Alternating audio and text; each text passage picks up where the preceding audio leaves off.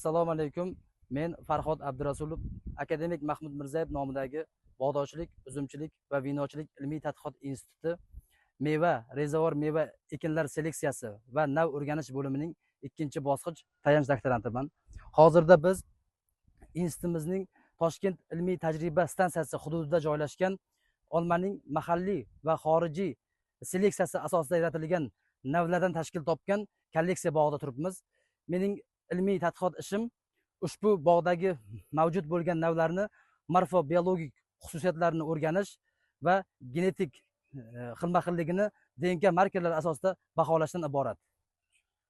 Hammamizga ma'lumki, har bir olma navi o'ziga xos xususiyatlarga ega bo'lib, ularga fenologik fazalarining o'tish muddatlari, hosildorligi, mevasining sifati, mevasining pishish muddatlari, shuningdek abiotik va biotik stress omillariga chidamliligi bilan bir-biridan keskin farq qiladi.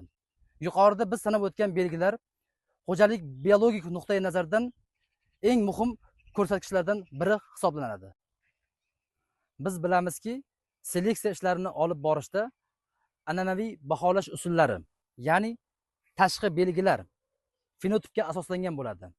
Ammo fenotipik belgilar tashqi muhitning ta'siri ostida o'zgaruvchan bo'ladi. Shu sababli men ilmiy ishimni zamonaviy markerlarga asoslangan seleksiya, MAS texnologiyasini qo'llash, xususan SSR markerlardan foydalanmoqdaman. Seleksiyaning bu zamonaviy usuli orqali har bir navning DNK darajasidagi farqlari aniqlanadi, genetik pasport tuziladi va navlar o'rtasidagi qarindoshlik darajasi baholanadi. Natijada har bir olma navining genetik kodi orqali genetik pasportlashtirish, navni identifikatsiya qilish hamda seleksiya jarayonlarini tezlashtirish asnosida qisqa vaqt ichida qimmatli bo'lgan navlarni tanlab olish mumkin.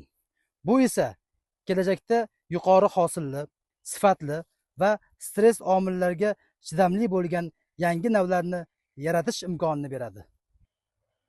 Shu boisdan nafaqat olma ekini, balki barcha meva va rezavor meva ekinlarini kompleks o'rganishda seleksiyaning an'anaviy va zamonaviy usullarini integratsiyalash orqali bog'dorchilik sohasini yangi bosqichga olib chiqishda mustahkam ilmiy va amaliy asos bo'lib xizmat qiladi.